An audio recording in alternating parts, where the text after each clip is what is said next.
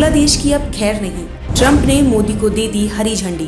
बांग्लादेश पर खतरे के बादल मंडराने लगे हैं। हम खुद ऐसा कोई दावा नहीं कर रहे, लेकिन अमेरिका के राष्ट्रपति डोनाल्ड ट्रंप की बातों से कुछ ऐसा ही लग रहा है। दरअसल पीएम मोदी के साथ साझा प्रेस कॉन्फ्रेंस में जब ट्रंप से पूछा गया कि बांग्लादेश के हालात पर आप क्या कहेंगे, आप क्या कोई एक्शन लेने वाले हैं, इस पर जो जवाब डोनाल्ड ट्रंप ने दिया है उसके कई मायने निकाले जा रहे हैं। अगर ट्रंप की ये बात सही है तो अब बांग्लादेश और उनके आका मोहम्मद यूनुस की खैर नहीं है। हम आपको बता देते हैं कि पीएम मोदी के साथ साझा प्रेस कॉन्फ्रेंस में डोनाल्ड ट्रंप ने ऐसा क्या कहा कि जिससे बांग्लादेशियों में खलबली मच गई है।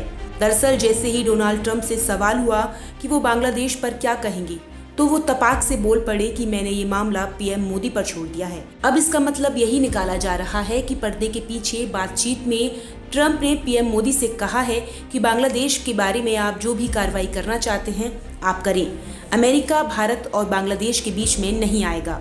अगर आपके मन में ये शंका है कि ट्रंप ने कुछ साफ साफ तो नहीं कहा, तो बांग्लादेश पर एक्शन की बात कहां से आ गई, तो आपको याद दिला दें कि अमेरिकी चुनाव में प्रचार के दौरान एक पॉडकास्ट में डोनाल्ड ट्रंप ने अपने खास दोस्त पीएम मोदी के बारे में दिलचस्प बात बताई थी। डोनाल्ड ट्रंप ने एक घटना का जिक्र करते हुए कहा था कि भारत के मामले में जब भी मैंने मदद करने की कोशिश की तो मोदी ने हमेशा मुझे रोका। वो मुझसे हर बार कहते रहे, लीव इट टू मी, इसे मुझ पर छोड़ दो, मैं खुद इन लोगों से निपट लूंगा। हालांकि मैंने उन्हें समझाने की भी कोशिश की कि मैं ऐसे लोगों से निपटना अच्छी तरह से जानता हूं, लेकिन मोदी ने मेरी बात नहीं सुनी और भारत के जो भी मामले हुए मोदी ने मेरी मदद लिए बिना निपटाए। एक और बात इस ओर इशारा करती है जो आपको जरूर मान लेनी चाहिए। पीएम मोदी जब ट्रंप के साथ ज्वाइंट प्रेस कॉन्फ्रेंस कर रहे थे तो एक रिपोर्टर ने मजाकिया अंदाज में ट्रंप से पूछा कि आप और मोदी में से टफ नेगोशिएटर कौन है। इस मौके पर भी ट्रंप ने पीएम मोदी की तारीफ की। ट्रंप ने बिना हिचकिचाए कहा कि मैं इस मामले में मोदी से पीछे हूँ, मोदी मुझसे ज्यादा टफ नेगोशिएटर हैं। मैं इस मामले में अच्छा हूँ, लेकिन नेगोशिएट करने के केस में वो मुझसे आगे हैं। हालांकि कुछ लोगों का ये भी मानना है कि बांग्लादेश के मामले में ट्रंप ने मोदी और भारत में रहने वाले बांग्लादेशी हिंदुओं के हमदर्दों को गच्चा दे दिया है। ट्रंप ने ज्यादा कुछ बोले बिना ये इशारा कर दिया है कि उन्हें बांग्लादेश में होने वाले अत्याचार से कोई मतलब नहीं है। भारत बांग्लादेश का पड़ोसी है, इसलिए मोदी इन क्षेत्रीय समस्याओं से खुद ही निपट लें। हालांकि इसके लिए अभी इंतजार करना पड़ेगा कि ट्रंप की बात का असल मतलब क्या था। ट्रंप के इस बयान के बाद अमेरिका या भारत की तरफ से बांग्लादेश सरकार के खिलाफ कोई एक्शन होगा भी या नहीं। वीडियो खत्म होने से पहले हम आपको बता देते हैं कि आखिर बांग्लादेश और उसमें रह रहे अल्पसंख्यक हिंदुओं पर अत्याचार का मामला क्या है। जान लें कि बांग्लादेश में हिंदू अल्पसंख्यकों को लगातार सताया जा रहा है। पिछले साल बांग्लादेश में सत्ता परिवर्तन के बाद से स्थिति और बिगड़ गई। हिंदू साधुओं की गिरफ्तारी और उनके खिलाफ हिंसा की घटनाएं बढ़ रही हैं।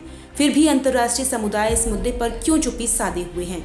बीते 4 दशकों के राजनीतिक इतिहास को देखें तो पता चलता है कि चुनाव में आवामी लीग के हारने या सत्ता से हटने के बाद हिंदुओं पर हमले के आरोप सामने आते रहे हैं। हिंदू संगठनों के नेताओं का कहना है कि साल 1992 में भारत में बाबरी मस्जिद गिराए जाने के बाद बांग्लादेश में पहली बार हिंदुओं पर बड़े पैमाने पर हमले किए गए थे।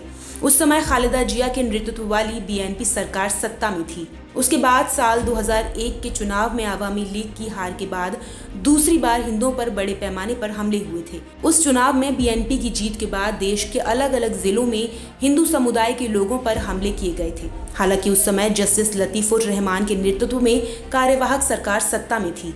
ये सिलसिला आज तक जारी है। शेख हसीना के तख्ता पलट के बाद हिंदुओं पर खुलेआम हमले हुए।